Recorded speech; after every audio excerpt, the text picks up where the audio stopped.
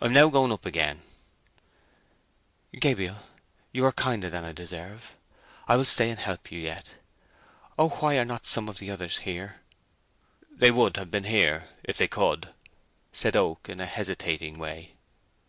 "Oh, I know it all," she said, adding slowly, "they are all asleep in the barn, in a drunken sleep, and my husband among them. That's it, is it not? Don't think I am a timid woman, and can't endure things." "I am not certain," said Gabriel. "I will go and see." He crossed to the barn, leaving her there alone. He looked through the chinks of the door. All was in total darkness as he had left it, and there still arose, as at the former time, the steady buzz of many snores. He felt a zephyr curling about his cheek, and turned. It was Bathsheba's breath. She had followed him, and was looking into the same chink.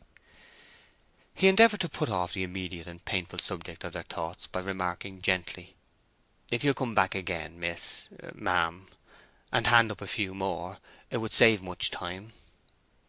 Then Oak went back again, ascended to the top, stepped off the ladder for greater expedition, and went on thatching.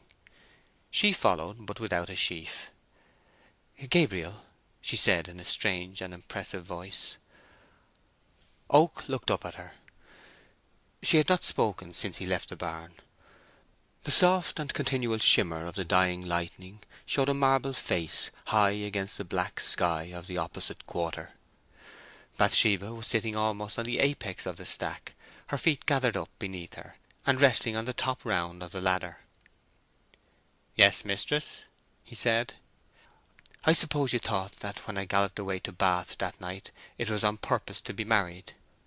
"I did at last, not at first," he answered, somewhat surprised at the abruptness with which this new subject was broached.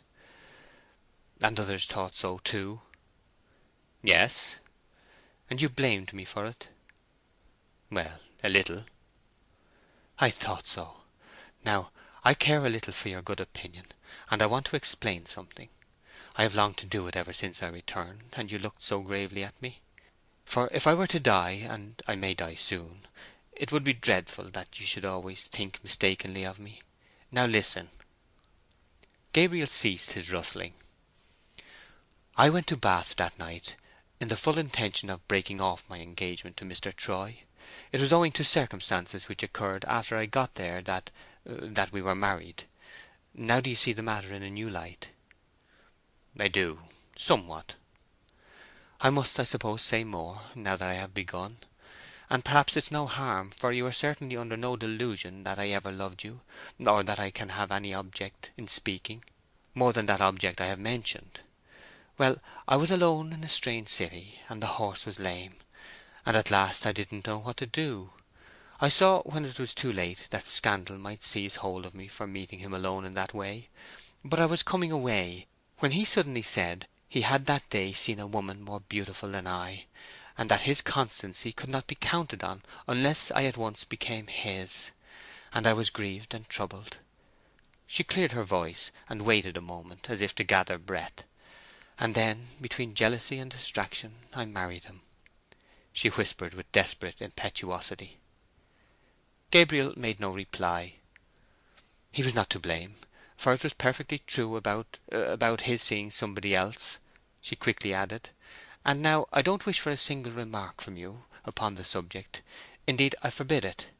I only wanted you to know that misunderstood bit of my history before a time comes when you could never know it. You want some more sheaves?" She went down the ladder, and the work proceeded. Gabriel soon perceived a languor in the movements of his mistress up and down, and he said to her, gently as a mother, "I think you had better go indoors now. You are tired. I can finish the rest alone. If the wind does not change, the rain is likely to keep off." "If I am useless I will go," said Bathsheba, in a flagging cadence. "But oh, if your life should be lost!" "You're not useless, but I would rather not tire you any longer. You have done well." "And you better," she said gratefully. "Thank you for your devotion 1,000 times, Gabriel. Good night. I know you are doing your very best for me." She diminished in the gloom and vanished, and he heard the latch of the gate fall as she passed through. He worked in a reverie now, musing upon her story, and upon the contradictoriness of that feminine heart which had caused her to speak more warmly to him to-night than she had ever done whilst unmarried and free to speak as warmly as she chose. He was disturbed in his meditation by a grating noise from the coach-house. It was the vane on the roof turning round, and this change in the wind was the signal for a disastrous rain. End of chapter 37.